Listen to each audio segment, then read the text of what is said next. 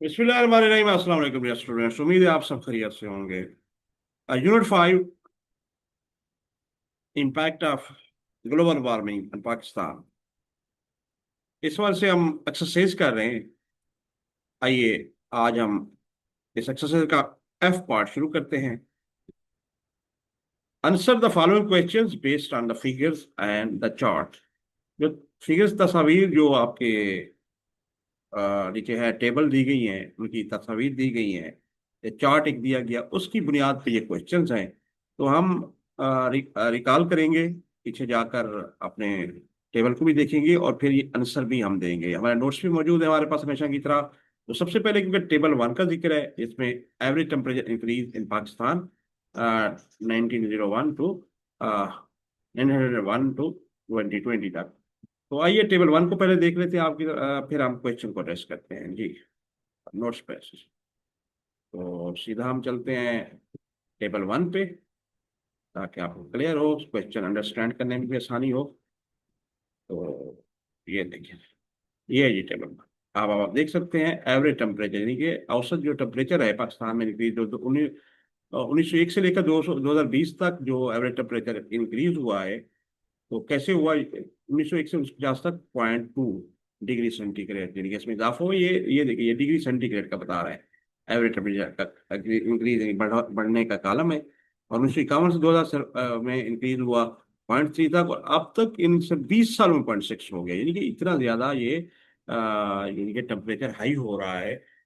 50 साल में 0.5, 100 साल में, यानी कि 91 से 200 दरम्यान, यानी कि वो क्या हुआ, 0.5 हुआ। लेकिन इन 20 सालों में इनके ये अवामिल क्या क्या है, वो आपने कुछ स्टडी भी किए हैं। और उस हवाले से SDG जो है, sustainable development goal, climate act 13, उस पर भी पैसा कौन मुतहदा कर रहा है, दुनिया भी कर रहा है। तो ये एक बहुत बड़ा, आपको पता है, इस हवाले से काफी कुछ बताया जा रहा है। तो इस टेबल जो 1 है, इसको देखते हुए, इसको इस हिसाब से जो है क्वेश्चंस हैं, तो हम अपने क्वेश्चंस की तरफ चलते हैं। और अभी क्योंकि हम नोट्स खोल लेंगे, क्योंकि टेबल हमें हेल्प करेगी, तो ये सीधा हम नोट्स की तरफ चलते हैं अपने। तो ये हमारे पास नोट्स है, तो उसको भी हम सामने रख रहे हैं, और साथ साथ आप इसको भी देखते रहेंगे जी। बल्कि यूं कर लेते हैं, टेबल हम पहले हमें नजर आएगी, ये देखिए जी, ये टेबल है हमारे पास। और साथ साथ हमारा ये भी मौजूद है, अपने क्वेश्चंस भी हैं एफ, तो हम उनको भी एड्रेस करेंगे। ये देखें, ये टेबल सामने है, तो इसको हम देख रहे हैं सामने। तो ये क्वेश्चन बिल्कुल वही जो हमने पीछे देख रखे हैं, तो जो बुक में मौजूद है वो हमने इधर भी रिपीट किए हुए हैं। ये देखें, अदाद व शुमार और चार्ट की बुनियाद पर दर्ज दर्ज सवाल के जवाब दें। ठीक है जी, टेबल 1 है, ये वाली टेबल है, इसको मद्देनजर रखें। तो average temperature increase in Pakistan, ये वाला हेडिंग है। और ये देखिए, जदवल हम बोलते हैं 1, पाकिस्तान औसत जहां में इजाफा 1901 से 2020 तक। तो आइए हम नेक्स्ट देखते हैं जी। पहला क्वेश्चन है जो बुक के मुताबिक हमने किया हुआ है, what trend do you observe in temperature increase over the year. Trend कहते हैं रुझान को, ठीक है जी। आप दर्जात में इजाफे के रुझान में क्या मुशाहिदा करते हैं? तो आप देख रहे हैं कि काफी ज्यादा इसमें इंक्रीज हुआ है। ये क्वेश्चन का आंसर भी हमने दिया हुआ है, तो ये देखिए, ठीक है जी। तो आइए हम इसको रीड आउट करवाते हैं, अपने हमेशा की तरह जिस तरह हमने रीड आउट कराते हैं, प्रोनाउंस करवा लेते हैं, फिर इनकी मीनिंग और ट्रांसलेशन नीचे देख लेते हैं जी। क्वेश्चन नंबर 1, टेबल 1 का जी। The table shows a clear upward. अ, थोड़ा सा हम इसकी वॉल्यूम एडजस्ट करते हैं। तो सॉरी, इसकी स्पीड स्लो कर लेते हैं, हमारा ये टूल है digital ji. Thermometer answer slash. The table shows a clear upward trend in Pakistan's average temperature from 1901 to 2020. O- Over the years, the temperature has steadily increased, especially after the 1980s. This consistent rise indicates the impact of global warming, with recent decades showing more rapid temperature growth, posing serious environmental and health challenges for the country. जी, हमने ये answer इसका दे लिया है, professional way में लिख लिया है। Upward बना ऊपर जाना, क्लियर साफ तौर पर, यह साल, रिसेंट डिकेड हालिया अशरों में, हालिया जो डिकेड्स हैं, तो हालिया दहाइयों में कह सकते हैं रैपिड तेजी से, सीरियस इन्वायरमेंटल क्या कह सकते हैं, संगीन माहौलियाती, और सेहत के हेल्थ चैलेंजेस जो है दरकार है। इस जदवल में 1901 से 2020 तक जदवल कौन सा, ये वाला। क्योंकि क्वेश्चन उसी से हमें पूछा जा रहा है, रेलिवेंट तक पाकिस्तान के औसत जहाज में वाधे इजाफे का रुझान दिखाया गया है। गुज़िश्ता बरसों के दौरान दर्जात में मुसलसल इजाफा हुआ है, खासतौर पर 1980 की दिहाई के बाद ये मुसलसल इजाफा ग्लोबल वार्मिंग के असरात की निशानदेही करता है। हालिया दहाइयों में दर्ज हरारत में ज़्यादा तेज से इजाफा देखा गया, जिससे मुल्क के लिए संगीन माहौलियाती और सेहत के चैलेंजेस पैदा हुए हैं। तो ये पहला क्वेश्चन रेलिवेंट था इस टेबल के जो वन थी, जदवल वन। तो सेकंड है, how much this trend affect urban areas like Karachi. Urban कहते हैं शहरी इलाके, ये रुझान कराची जैसे शहरी इलाकों को किस तरह मुतासर कर सकता है। तो इसका हम आंसर रीड आउट कराते हैं जी। This rising temperature trend can severely affect urban areas like Karachi by increasing the frequency and intensity of heat waves. It can worsen the urban heat island effect, put pressure on infrastructure, raise electricity demand, and pose serious risks to human health, especially for the elderly and outdoor workers. Poor air quality and water shortages may also become more common. जी, यहाँ meaning तकरीबन आपको आते होंगे, पीछे भी हम पढ़ चुके हैं। तो इंटेंसिटी कैसे कहते हैं, हीट वेव। एल्डरली बने बुजुर्ग, आउटडोर बने बाहर। जैसे आउटडोर वर्क का, जो बाहर मजदूरी करने वाले बैरूनी कारकुन होते हैं जो बाहर काम करते हैं, शॉर्टेज कमी कहते हैं। दर्जा हाल में इजाफे का ये रुझान हीट वेव की तादाद यानी कि फ्रिक्वेंसी और शिदत में इजाफे से कराची जैसे शहरी इलाकों को बुरी तरह मुतासर कर सकता है। ये शहरी गर्मी के जजीरे के साथ को खराब कर सकता है, बुनियादी ढांचे पर दबाव डाल सकता है, बिजली की तलब में इजाफा कर सकता है, और इंसानी सेहत के लिए संगीन खतरा पैदा कर सकता है। खासतौर पर बुजुर्गों और बैरूनी कारकुनों के लिए खराब हवा का मियार और पानी की कमी भी ज्यादा आम हो सकती है। तो ये देखें जी, हमने ये टेबल वन देख लिया, अब हमारा काम टेबल टू पे है। ये देखें यहाँ पे हम टेबल टू भी मौजूद है हमारा पैरेलल, आपके बुक खुली हुई है, आपने उसको छोटी विंडो में, ताकि आपको क्लियर होता जाए। ये देखें, glacier melting and its impact on the Indus river flow है। ये देखें, तो ग्लेशियर का पिघलना दरअसल भाव पर इसका साथ इसको नजर रखना है। देखें 1980 में 10% जो है वो ग्लेशियर पिघले थे, जिसे जिसे कहते हैं स्लाइट इम्पैक्ट। और वाटर फ्लो पे क्या हुआ, स्लाइट यहाँ थोड़ा सा असर हुआ, स्लाइट इम्पैक्ट हुआ। 2000 में क्या 20% बढ़ गया, नोटिसेबल रिडक्शन, काफी हद तक यानी कि रिडक्शन हो गया, वो फ्लो में पानी की कमी होना शुरू हुई। 2020 में 30% सिग्निफिकेंट, यानी कि अहम तरीन, बहुत ज्यादा यानी कह सकते हैं रिडक्शन हुई। तो ये है टेबल, आपको रिकॉल करनी चाहिए अपनी, आपके पास बुक भी है, तो हम इस हिसाब से अपना क्वेश्चन भी एड्रेस कर लेते हैं। इनके क्वेश्चन क्या है देख लेते हैं। टेबल टू के दो क्वेश्चन हैं, ए और B. How does the melting percentage, इनके पिघलने वाली जो परसेंटेज है फीसद है, ऑफ ग्लेशियर्स को रिलेट, जुड़ना, एक दूसरे से जुड़ा होना, with the change Indus river, यानी कि दरिया सिंध का जो फ्लो है, बहाव है, ग्लेशियर के पिघलने का तनासुब दरिया सिंध के बहाव में तब्दीली के साथ किस तरह जुड़ा हुआ है। तो इसका आंसर हम रीड आउट करा लेते हैं जी। The table shows that as the percentage of glacier melting increases, the Indus River initially experiences a temporary rise in flow due to excess meltwater. However, over time, continued melting leads to a decline in river flow, as glaciers shrink and water sources reduce. This correlation highlights that while short-term flooding may occur, the long-term impact is water scarcity. जी, हमने ये देख लिया हुआ है। राइवर initially, राइवर किसे कहते हैं जी, दरिया को इनिशली इतना ही तो एक्सपीरियंस, तजर्बा, मिल्टिंग पिघलना, इंक्रीज बढ़ना होता है, श्रिंक माना कम होना, वाटर सोर्स रिड्यूस होता है, जो जराए हैं इसके। तो इसे शॉर्ट टर्म कलील मुद्दती होगा, मुख्तसर मुद्दत की, लॉन्ग टर्म क्या होगा, तवील मुद्दती होगा।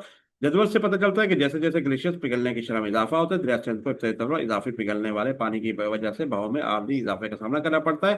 तमाम वक्त गुजरने के साथ साथ मुसलसल पिघलाव से दरिया के बहाव में कमी वाक़ होती है, क्योंकि ग्लेशियर्स फिर जाते हैं और पानी का स्तर कम हो जाता है। ये बाहमी ताल्लुक इस बात पर जोर डालता है कि अगर अगरचे तो कलील मुद्दती, ये कम मुद्दत के लिए सलाब आ सकता है, लेकिन तवील मुद्दती असर पानी की कमी है। ठीक है ना, इसकी पानी में कमी हो सकती है, क्योंकि जो जो ये पिघलेंगे, लेकिन निकाले पानी जो है दरियाओं में वो नहीं हो सकेगा, कम आएगा।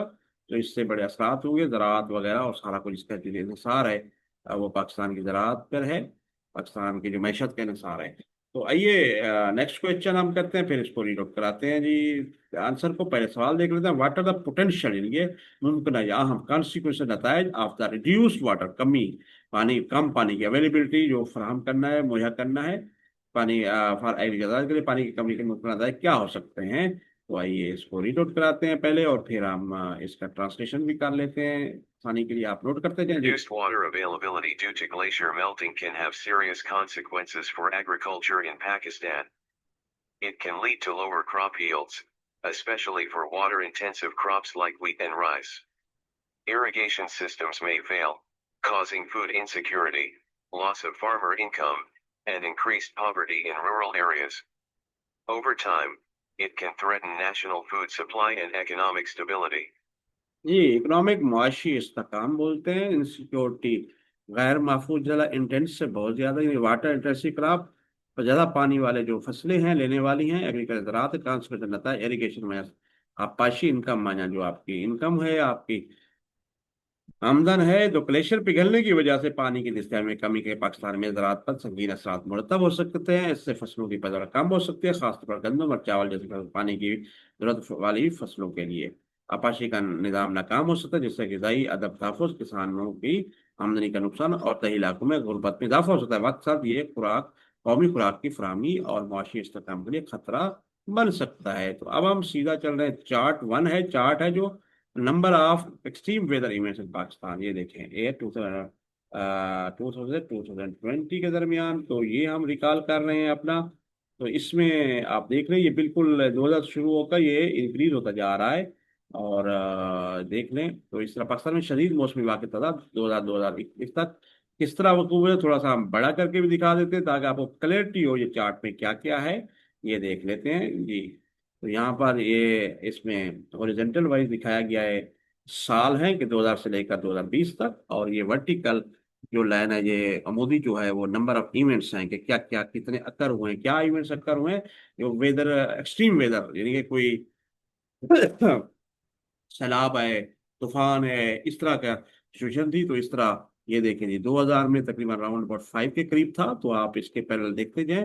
2001 में जाकर आपका 6-7 तो हो गया, और आप देखें 2020 में इतना ज्यादा देख लें, 45 के करीब, राउंड अबाउट 45। ये इतने इवेंट्स हुए एक्सट्रीम वेदर, जैसे नुकसान बढ़ रहे हैं पाकिस्तान में। तो ये इसको शॉर्ट कर लेते हैं, फिर ये देखें आप यहाँ तक हैं, तो इसका ये देखें, पाकिस्तान में वाकयात की तादाद को देख रहे हैं। तो इनके आंसर हम क्वेश्चन देख लेते हैं, फिर आंसर रीड आउट कराते हैं जी। इस चार्ट के मुताबिक है, what does the trend in extreme weather events suggest about the climate in Pakistan. Suggest करना, बताना, शदीद मौसमी वाक़यात की वजह से पाकिस्तान के मौसम के बारे में क्या पता चलता है, इसका जवाब रीड आउट कराते हैं जी। The chart shows a clear increase in extreme weather events in Pakistan from 2000 to 2020. This trend suggests that the climate is becoming more unstable and unpredictable. The rise in floods, droughts, and heat waves indicates the growing impact of climate change, posing serious threats to lives, livelihoods, and infrastructure across the country. जी, तो आप यहाँ पे देख लें, impact में असर है, और क्लाइमेट आबो हवा से अनस्टेबल, जो बगैर तवाज़ुन का गैर पेश जिसकी पेशगोई ना की जा सके, सीरियस खतरनाक, यानी कि ज़्यादा इंफ्रास्ट्रक्चर ढांचा, लेवलीहुड, रोजगार जो हैं आप, और लाइव जिंदगियाँ। चार्ट में 2000 से 2000 तक 20 तक के चार्ट में देखें, पाकिस्तान में शदीद मौसम लागत में इजाफा, वाज़ेह इजाफा दिखाया गया। इसमें पता चलता है कि आबो ज़्यादा गैर मुतवक्किल जा रही है, सैलाब, बर्फबारी और हीट वेव में इजाफा आब हवा की तब्दीली के बढ़ते हुए असरात निशानदेही करता है, जिससे मुल्क भर में जिंदगी, माश और बुनियादी ढांचे को संगीन खतरा लाक हैं जी। तो नेक्स्ट है जी, P, how might the increase in extreme weather events affect the country infrastructure, बुनियादी ढांचा जो है, एंड इकोनॉमी यानी कि माशियत। शदीद मौसमी वाक़यात में इजाफे से मुल्क के बुनियादी ढांचे और मैशत पर क्या असर पड़ेगा, इसका हम आंसर फिर रीड आउट कराते हैं डिजिटल टूल से जी। The increase in extreme weather events can damage roads, bridges, power lines, and buildings, disrupting transportation and essential services. Frequent floods and storms lead to costly repairs and reconstruction, straining government budgets. Agriculture and industry may also suffer losses, reducing productivity. Overall, this weakens economic growth, increases poverty, and hinders sustainable development in Pakistan. इन पाकिस्तान, ठीक है जी। Hinder बोलते हैं जी, रुकावट, ठीक है ना, development में रुकावट, सस्टेनेबल पैदावार, प्रोडक्टिविटी, पैदावार, रिड्यूस कम करना, स्टॉर्म, तूफान, फ्लड, सैलाब, डिस्टर्ब करना, रोकना, रुकावट पैदा, ट्रांसपोर्टेशन, बिल्डिंग इमारत हैं, डैमेज रोड, डैमेज मानिए नुकसान पहुंचाना, ब्रिजेस पुल को कहते हैं रिकंस्ट्रक्शन, तामीर, दोबारा तामीर, व्हीकल कमजोर करना, शदीद मौसमी औकात में इजाफा, सड़कों पुलों बिजली की लाइनों और इमारत की नुकसान पहुंचा सकता है, नकल व अमल और जरूरी खदमात में खलल डाल सकता है, बार बार आने वाले सैलाबों और तूफानों की वजह से महंगी मरम्मत और तयमन न होती, जिसकी वजह से सरकारी बजट मुदस्सिल ज़राअत और सनअत को भी नुकसान का सामना करना पड़ सकता है, जिससे पैदावार सलाहियत में कमी वाक़ हो सकती है। मजमूई तौर पर इससे माशी तरक्की कमजोर होती है, गुर्बत में इजाफा होता है, पाकिस्तान में पैदावार तरक्की में रुकावट पैदा होती है। तो ये हमारा हो गया जी चार्ट का क्वेश्चन। अब हम टेबल 4 की तरफ जा रहे हैं। Sea level rise projection for coast line, Pakistan coast line, ये शहरी इलाके समंदर की सतह में, जैसे जदवल 4 है, ये पाकिस्तान की शहरी सतह, शैली पट्टी के लिए समंदर की सतह में इजाफे का तखमीना। तो ये हमारा टेबल 3 है, हमने इसको नहीं वो करना, टेबल 4 की तरफ हम जा रहे हैं सीधा। ये देखिए जी टेबल 4 है ये वाला। तो इसमें देखिए ईयर है 2020 से 2100 तक, ये प्रोटेक्शन भी है। सी लेवल राइज कितना हुआ है इधर, 2020 तक 0.1 सिर्फ हुआ है ये मीटर में, और 2050 तक ये 0.3 हो जाएगा, और 0.6 तक 2100 में। तो पॉपुलेशन डिस्प्लेसमेंट कितने होंगे, मिलियन, इनके इसका यूनिट्स मिलियन है, मिलियन 1 मिलियन 10 लाख का होता है, यानी कि 0.2 मिलियंस जो है वो अब तक 0.1 रेज हुआ, जिसकी वजह से आपको पता है सैली पट्टी पे जो नाल नाल इलाके हैं वहाँ पे डिस्प्लेसमेंट भी होती है, पॉपुलेशन माइग्रेट कर जाती है। तो 0.2 मिलियंस 2020 में हुए। तो अब 1 मिलियन 10 लाख का है, तो इस तरह तो आप देख लें 0.2 मिलियन है। तो अगर 2050 में ये एक्सपेक्टेड है 0.3 मीटर ये राइज करेगा, तो ये 2 मिलियन, यानी कि 2 मिलियन का मतलब है 20 लाख तक लोग डिस्प्लेस हो सकते हैं, जो पहले सिर्फ ये देख लें जो 2 लाख थे वो 20 लाख में चले जाएंगे, और फिर अराउंड अबाउट 5 मिलियन, यानी कि अराउंड अबाउट 5 मिलियन पीपल, यानी कि 50 लाख के करीब लोग बेघर हो सकते हैं, डिस्प्लेस हो सकते हैं 2100 तक। तो ये है इसका इम्पैक्ट टेबल का। तो इसके क्वेश्चन हम पहले पढ़ लेते हैं, फिर आंसर लेते हैं। What do the projection indicate about the future of coastal area. ठीक है, पेशगोई प्रोजेक्शन कहते हैं, इंडिकेटर जाहिर करना सतह समंदर के इजाफे की पेशगोइयां शहरी इलाकों के मुस्तकबिल बारे में क्या जाहिर करती हैं। आंसर है, तो हम इसको रीलोड पहले कराते हैं, फिर हम इसको ट्रांसलेशन देख लेते हैं। The projections indicate that sea levels along Pakistan's coastline are expected to rise significantly by 2100. This rise poses a serious threat to coastal areas like Karachi and parts of Sindh and Baluchistan, leading to flooding, land erosion, saltwater intrusion, and the displacement of millions of people. It signals the urgent need for coastal protection and adaptation strategies.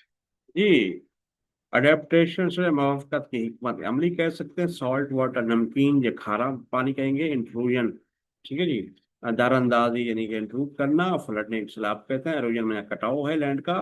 तो अंदरून से जाहिर होता है कि 2100 तक पाकिस्तान की सैली पट्टी के साथ समंदर की सतह में नुमाया इजाफा मुतवक्के है। ये इजाफा कराची जैसे सैली इलाकों और सिंध और बलूचिस्तान के कुछ हिस्सों के लिए संगीन खतरा है, जिसमें नतीजे में सैलाब, जमीन का कटाव, खारे पानी की दारंदाजी और लाखों अफराद रकबरानी कर रहे हैं। ये सैली तहफ़्फ़ुज़ और मवाफ़क़त की हिकमत अमली की फौरी ज़रूरत की निशानदही करता है। तो ये हो गया जी हमारा क्लियर। नेक्स्ट है जी क्वेश्चन, इसी से टेबल से 4 के related, how many people are estimated to be displaced और what are the implication.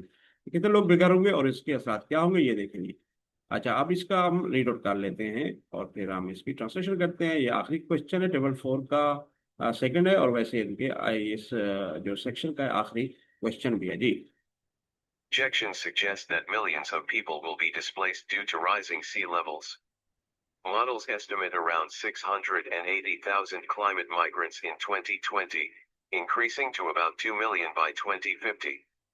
The implications are profound. These populations face loss of homes. जी, प्रोजेक्शन अंदाजे से होता है। देखें 2050 में तो आप कह सकते हैं जी ये 2 मिलियन हो जाएगा, 5 लाख ये भी ऐड कर सकते हैं कि इस सेंटेंस को अगर बढ़ाना चाहे मजीद तो आप लोग कर सकते हैं कि 2021 तक ये तादाद 5 मिलियन तक हो जाएगा। अंदाज से पता चलता है कि समंदर की सतह में इजाफे की वजह से लाखों अफराद बेघर हो जाएंगे। मॉडल का अंदाजा है कि 2020 में 6,80,000 माहौलियाती कारकुन वतन होंगे, जो 2015 बढ़कर तकरीबन 2 मिलियन हो जाएंगे। इसके मतलब बहुत गहरे हैं, इन आबादी को घरों के नुकसान का सामना करना पड़ सकता है। ठीक है जी। यहाँ पर आप बेटर है, ये उन्होंने अपने हिसाब से मेरे ख्याल में लिखा है, तो यहाँ पे इसको करेक्ट कर दें, ये गलती हो सकती है। तो 2 मिलियन जो कर लें इसको, 2 मिलियन ये ठीक रहेगा। 2 मिलियन जो है ना, तो ये तकरीबन 2 मिलियन मौलियाती तारकिन वतन होंगे। ठीक है जी। तो यहाँ पर आप इसको करेक्ट कर सकते हैं। तो जो मैग्नेट है, जो मैग्नेट कर रहे हैं, तो वो 2 मिलियन का फिगर कर लें इसकी जगह। तो ये करेक्ट हो जाएगा, 22 मिलियन हो जाएगा। ठीक है जी। तो ये क्लियर हो गया जी, क्वेश्चन हो गए हमारे तकरीबन क्लियर। अब हम नेक्स्ट चल रहे हैं जी, क्योंकि चार्ट के में 2 मिलियन है, तो सॉरी 0.2 मिलियन, सॉरी जी, सॉरी सॉरी सॉरी, एक बार फिर आप 0.2 है जी, 2 लाख हैं, तो 0.2 कर दें यहाँ पे। ठीक हो गया जी। या जी।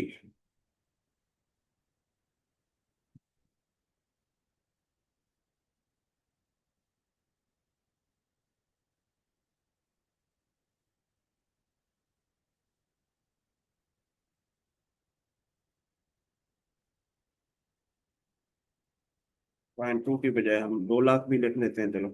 ठीक है जी। तो आइए अब हम नेक्स्ट क्वेश्चन हमारा हम देख लेते हैं इस पार्ट का। जो अभी क्वेश्चन बुक भी हमारे पास ओपन है, तो हम इस बुक की भी लेके चलते हैं आगे। ये देखते हैं जी। यहाँ पे हम एफ पार्ट पे थे, ये देखिए हम एफ पार्ट पे हैं, तो इसको जरा हम बड़ा कर लेते हैं, आपको क्लियर व्यू आए ताकि। ये देख लेते हैं, पहले क्वेश्चन को देख लेते हैं। ये हमने चार्ट, ये टेबल 4 ये कर लिया है। अब वोकेबलरी एंड ग्रामर का पोर्शन होता है हर एक्सरसाइज में, तो अल्फाज और फिर ग्रामर है। रीड द फॉलोइंग पैसेज, यानी कि आप इसको पढ़ना है हमने, और फिर उस हिसाब से हमने नोट्स भी तैयार रखे हुए हैं। तो पैरेलल ये हमारे पास ओपन रहेगा आपकी आसानी के लिए, कहीं आपको इशू हो तो आप बुक को भी सामने मैच करते जाएं। तो ये देखें जी, हम इधर पहुंच चुके हैं, ये वोकेबलरी ग्रामर की तरफ, स्पॉट की तरफ है। तो आइए, रीड द फॉलोइंग पैसेज, मदद के साथ पढ़ें। ठीक है जी। Pakistan vulnerability to climate change is exacerbated. ठीक है जी। ये एक पैसेज था। एग्जैक्सरीबेटेड मतलब उसे बढ़ाया गया, बढ़ाना, by its geographic diversity. The susceptibility is further compounded by its dependence on agriculture, which is highly sensitive to fluctuations in temperature and precipitation. ठीक है जी। तो कंपाउंड में जमा होना, इकट्ठे होना, इजाफा होना, एक्सेसिबिलिटी बढ़ाना, बढ़ा गया, वल्नरेबिलिटी कमजोरी जिसे कह सकते हैं, डिपेंडेंस मातहत जिसे कहते हैं, टेम्परेचर, प्रेसिपिटेशन बारिश वगैरह होना। तो उर्दू से ट्रांसलेशन है, मौसमियाती तब्दीली के बाद पाकिस्तान की कमजोरी और उसके जोग्राफी तनों की वजह से मजीद बढ़ गई है। ये हसासियत ज़राअत पर उसके नाम से मजीद बढ़ जाती है, जो दर्जा हरारत और बारिश में उतार चढ़ाव के लिए। ठीक है जी, फ्लक्चुएशन जिसे कह रहे हैं, ऐसा ही एहसास है। तो ये हमने पहला जो है पैसे दिया गया है, तो उसको पढ़ लिया है। अब हम क्वेश्चन की तरफ देखते हैं। सेकंड ये देखें, बी पार्ट है यहाँ पे, और use context clues to infer the meaning of each word. Write down what you think each word means based on its usage in the sentence. हर लफ्ज के मानी का अंदाजा लगाने के सियाक और सबाक के शर इस्तेमाल कर जुमले में उसके इस्तेमाल की बुनियाद पर लिखे कि हर लफ्ज का क्या मतलब है। तो ये देखें जी, हमने अब फिल कर लिया हुआ है। यहाँ पर वर्ड था, कॉन्टेक्स्ट क्लू था, और फिर इन्फर्ड मीनिंग था, एग्जैस्टरीबेटेड एंड ससेप्टिबिलिटी एंड फ्लक्चुएशन। ये देखें जी, हमने क्लू, आपको पता है कॉन्टेक्स्ट से क्या लिया उसका मतलब, और फिर इन्फर्ड उसका मीनिंग का हमने मफहूम क्या समझा, ये आपके सामने आप नोट कर सकते हैं। तो एग्जैस्टरीबेटेड मजीद बिगड़ जाना, मतलब Pakistan vulnerability exacerbated by its geographic university, Pakistan उसके ज्योग्राफिक तनों से मजीद बढ़ गई है। तो इन्फर्ड मीनिंग क्या होगा जी, मेड वर्स, इंटेंसिफाइड, मजीद बिगड़ जाना, शिद्दत अख्तियार करना। देखें जी, आपने कुछ ऐसे महीने गए आपको पता नहीं लग रहा, तो उससे आप टेक्स्ट से इशारा मिलता है, तो वो सियाक और सबाक से जो लिखा गया है उससे आप अंदाजा लगा सकते हैं पैसे से। इन्फर्ड मीनिंग क्या है कि आपने उससे अक्स क्या क्या, मफहूम क्या समझा है। ससेप्टिबिलिटी एहसासियत है, susceptibility is compounded by its dependence on agriculture. ये सतह ज़राअत पर इन्हरास से मजीद बढ़ जाती है। टेंडेंसी टू बी अफेक्टेड और हार्म, एहसासियत मुतासर होने का रुझान। फ्लक्चुएशन क्या है जी, उतार चढ़ाव, highly sensitive to fluctuation in temperature and precipitation, दर्जा बारिश में उतार चढ़ाव के इंतहाई हसास है। चेंजेस आर वेरिएशन, उतार चढ़ाव और तब्दीलियां। ये देखें जी, बी पार्ट भी ये क्लियर हो गया, हमने फिल कर दिया है जी, ये आप नोट कर सकते हैं। आगे चलकर आपको ये नोट्स फ्री में मिल भी रहे हैं, और काफ़ी टीचर्स से वन और स्टूडेंट्स भी मंगवा रहे हैं नोट्स, हम उनको व्हाट्सएप और ईमेल कर रहे हैं। और ये C party, use dictionary to find the following information for each word. हाल लफ्ज के लिए मतलब मालूमात तलाशने, डिक्शनरी का इस्तेमाल हम आपने करना है, डिक्शनरी मीनिंग देखनी है, फिर प्रोनाउंसिएशन देखना है, फिर पार्ट्स ऑफ स्पीच देखना है, फिर एटिमोलॉजी क्या थी, उसकी तारीख कहाँ से ये बेस वर्ड निकला है, तो उस हवाले से भी हमने अपने नोट्स तैयार किए हुए हैं। ये देखें, ये आप लोगों के लिए आसानी के लिए बिल्कुल क्लियर वे में यहाँ पर देख लें। ये हम इसको सीधा ये कर लेते हैं जी, ये आ गया। आप देखेंगे वर्ल्ड है और उनके हमने उर्दू आसानी से की हुई है, और प्रोनाउंसिएशन की अदायगी किस तरह करते हैं। एग्जैक्ट रिपीटेड आपको मजीद बिगाड़ देना, तो डिक्शनरी में मतलब क्या मिला हमें, to make a problem situation और फीलिंग वर्स, किसी मसले सूरत बात कर महसूस करने के लिए। अब ये देखिए किस तरह पढ़ते हैं, एग्जॉस्ट रिपीटेड, ठीक है जी। इसको इस अंदाज में लिखा जाता है तो पढ़ सकते हैं, डिक्शनरी में लिखा होता है। पार्ट्स ऑफ स्पीच है, फेल है ये फॉर्म, कलम के रूप से ये भी हमने फिल कर दिया है। और एटोम फ्रॉम लैटिन एक्सरी बेयर, बेयर लफ्ज है, टू मेक हार्श, जिसका मतलब है मेक हार्श, यानी कि सख्त या सख्त बनाना। फ्रॉम एक्स प्लस एक्सर बस, यानी कि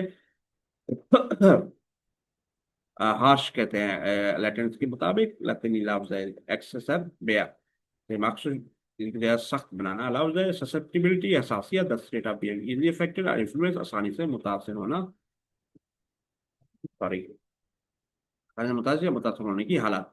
जैसे कि ससेप्टिबिलिटी नाउन है, फ्रॉम लैटिन क्या है जी, ससेप्टिबिलिस, फ्रॉम ससिपियर टू टेक अप, ठीक है ना जी, मतलब कबूल करना समथिंग, हसासियत को समथिंग, ठीक है ना। फ्लक्चुएशन है इरेगुलर राइजिंग एंड फॉलिंग, बेकायदा उठना और गिरना। और ये देखें इसको इस तरह प्रोनाउंस करते हैं, फ्लक्चुएशन, फ्लक्चुएशंस, ठीक है जी। नाउन है और फ्रॉम लैटिन फ्लक्चुअर, फ्लक्चुएट किससे निकला, टू वेव्स का मतलब है, यानी कि लहर जिसे कहते हैं, फ्लक्चर, फ्लक्टस वेव लाते नहीं वाले, यानी कि आपको तो लहर उतार चढ़ाव होता है, तो उसका मतलब आपका उतार चढ़ाव जो लहरें जिस तरह चलती हैं। तो ये एटिमोलॉजी है, ये भाई वर्ड कहाँ से निकला है, बुनियाद कहाँ से है, इसका मतलब है। तो हमने सी पार्ट भी देख लिया है, अब हम सीधा डी पार्ट पे जा रहे हैं। Compare your inferring meaning with the dictionary definition, where you guess your guess correct, were your guess correct, write down the dictionary definition next to your inferred meaning. Dictionary की तरफ से अपने मफरूजा, यानी कि जो हमने इन्फर शुदा जो मानी है का मौजूदा करें, आपके अंदर दुरुस्त है, अपने मफरूजा मानी के साथ डिक्शनरी की तारीफ लिखें। वैसे डिक्शनरी की तारीफें भी लिखनी है हमने। तो ये देखें जी, डेफिनेशन वर्ड था एक्सेसरीवेटेड, और फिर पीछे पढ़ा है हमने, इसका इन्फर्ट मीनिंग हमने क्या लिया, मेड वर्स इंटेंसिफाइड, मजीद बिगड़ जाना, शिद्दत करना। जो डिक्शनरी जो हमारी थी, ये हमने इसको फिल करना वही किया है जी। फिर दोबारा हमने लिख दिया है जी, to make a problem or feeling worse, जो मसले सूरत एहसास को मजीद खराब करना। लेकिन वो क्या वार्यूअर, हम क्या, आप ठीक थे क्या, दुरुस्त था, yes yes the guess was correct, ठीक है जी, हाँ बिल्कुल दुरुस्त था। Susceptibility tendency to be affected, harm मुतासर होने या नुकसान का इम्कान, एहसास होना, the state of being easily affected और इन्फ्लुएंस, मुतासर होना या कैफियत, यस यस द इन्फ्लुएंस, जो मीनिंग था हमारा मैच कर गया, मफहूम अंदाज से मुताबिकत रखता है। तो पीछे हम पढ़ चुके हैं, दोबारा इसको दोहरा रहे हैं ताकि वो एक आंसर था कि करेक्शन है या नहीं है। फ्लक्चुएशन उतार चढ़ाव, चेंजेस आर वेरिएशन, उतार चढ़ाव बार बार, तब्दीली, irregular rising and falling, falling, गैर मतलब ऊपर नीचे होना या तब्दीली आना। Yes yes both meaning are similar, हाँ दोनों माने एक जैसे हैं। यहाँ भी हम क्लियर कर चुके हैं। अब हमारा ई की तरफ है, जो कंक्लूजन हम क्या लेते हैं जी, कंक्लूजन पढ़ लेते हैं। Yes all information were correct and aligned well with the dictionary definition, good use of context clues, जी हाँ तमाम मानी दुरुस्त है हमारे, और डिक्शनरी की तारीफ के साथ अच्छी तरह से मुताबिकत रखते थे, ठीक है जी, यानी कि अलाइन थे, सियाक और सबके इशारे का अच्छा इस्तेमाल हुआ, यही कि इसका मतलब है। तो आइए हमारा ई पार्ट पे हम आ चुके हैं जी। ई क्या है जी हमारा, use dictionary to find and write the different word pattern for the word climate, complete the chart below by identifying the correct form of the word climate and its related forms। ये जी हमने पढ़ लिया, ई form है। लफ्ज आप हवा के लिए मुख्तलिफ अल्फाज के नमूनों का तलाश करने और लिखने के लिए डिक्शनरी का इस्तेमाल करें। लफ्ज अब हवा की सही शक्लों और उससे मुतालिक शक्लों की शनाख्त करके नीचे दिए गए चार्ट को मुकम्मल करें। तो आइए हम जो टेबल दी हुई है, ये देखें, मुख्तलिफ उसकी फॉर्म लिखनी है। बेस फॉर्म ये है कलिमेट, और नॉन फॉर्म लिखनी है, एडजेक्टिव फॉर्म लिखनी है, और एडवर्ब फॉर्म लिखनी है। बेसिकली कलिमेट है जी, नॉन फॉर्म है जी कलेमेटिक या कलेमेटोलॉजी आ सकता है, अब मालूमाती इल्म कहते हैं कलेमेटोलॉजी। और एडजेक्टिव फॉर्म इस्म शक्ल का कलेमेटिक, और इसी तरह एडवर्ब फॉर्म आपके सामने मुतल्लिक फेल जो होता है क्लिमेटिकली, माहौलियात तौर पर। तो ये हमने जो देख लिया जी, हमने सेंटेंस हम आपने बनाने हैं, और तो उस हिसाब से देख लें। Climate is based on meaning, the usual weather condition of a region. ठीक है जी।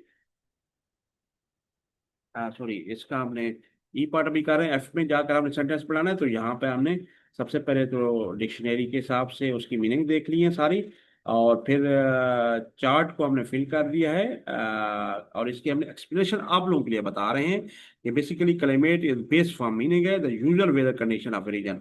इसका मतलब होता है किसी खत्ते के मामूल के जो मौसमी हालात है उसके हिसाब से ये बेस फॉर्म है, इसका आम लिया जाता है। ठीक है, वो आम बना दिया इसमें, जिसका ये मतलब है किसी खत्ते के कहते हैं कि मामूल का स्थान। कैलेमेटोलॉजी होती है अनदर नॉन मीनिंग है the scientific study of calamity, यानी कि आबोहवा का साइंसी मुताला को कैलेमेटोलॉजी कहते हैं। ये आबोहवा एक और इसम है, जैसे इसम भी है, जिसका मतलब है कैलेमेटिक एडजेक्टिव फॉर्म। इसमें शक्ल मिसाल के तौर पर आबोहवा की तब्दीली, यानी कैलेमेटिक चेंजेस मिसाल के तौर पर।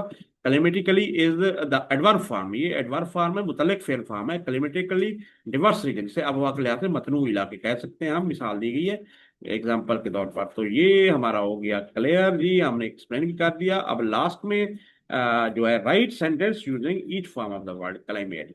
अब हमने जो ये तमाम फॉर्म थी ना, नाउन और फिर तमाम जो शक्लें हमने देखी हैं, नाउन की दो फॉर्म सूरतें थी, एक क्लाइमेट और एक क्लाइमेटोलॉजी थी, और इनका हमने अब हमने इनको सेंटेंस में यूज करना, जो एफ पार्ट कह रहा है। तो आइए, फॉर्म क्या थी जी? नाउन है पहली, तो Pakistan has a hot and dry climate in many region. Hot माने गर्म और ड्राई माने खुश्क। पाकिस्तान कह रहे हो अब वह गर्म और खुश्क है।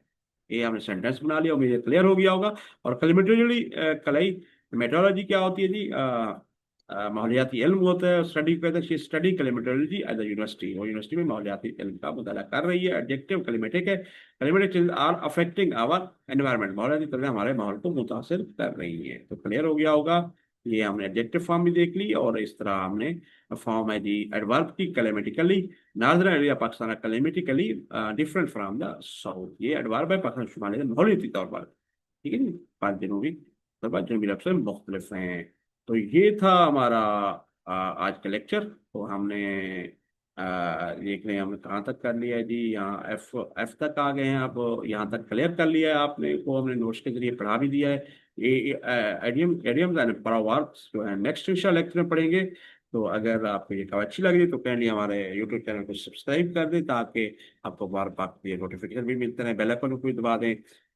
ये जो वीडियो हम अपलोड करेंगे तो बर वक्त मिलेंगे। आप अपना फीडबैक दे सकते हैं, कमेंट्स दे सकते हैं, अपने फ्रेंड्स के साथ शेयर कर सकते हैं। हमारा मकसद भी यही है चैनल का, कि आपको घर बैठे असिस्टेंट प्रोवाइड करें। टीचर्स के लिए भी है, आम जो स्टूडेंट उनके लिए भी है। बहुत कुछ लर्निंग के लिए हम इजी वे में कोशिश कर रहे हैं। अपने नोट्स भी प्रिपेयर कर रहे हैं, नई बुक है और नया सिलेबस है, उसको हम अपडेट कर रहे हैं। आपकी फीडबैक आती है, उसके साथ चेंजेस भी हम लाते रहते हैं, अपडेट करते रहते हैं अपने मटेरियल को, लेक्चर्स को। तो आखिर में कॉन्टैक्ट आपको दे देते हैं। bukhari@gmail.com ईमेल कर सकते हैं, व्हाट्सएप ये है। और यहाँ पे आप हमारे चैनल को सब्सक्राइब करते हैं, ये ऑप्शनल है, अभी यूज नहीं कर रहे। याद दीजिए, नेक्स्ट लेक्चर के साथ हाजिर होंगे। ये अस्सलाम वालेकुम।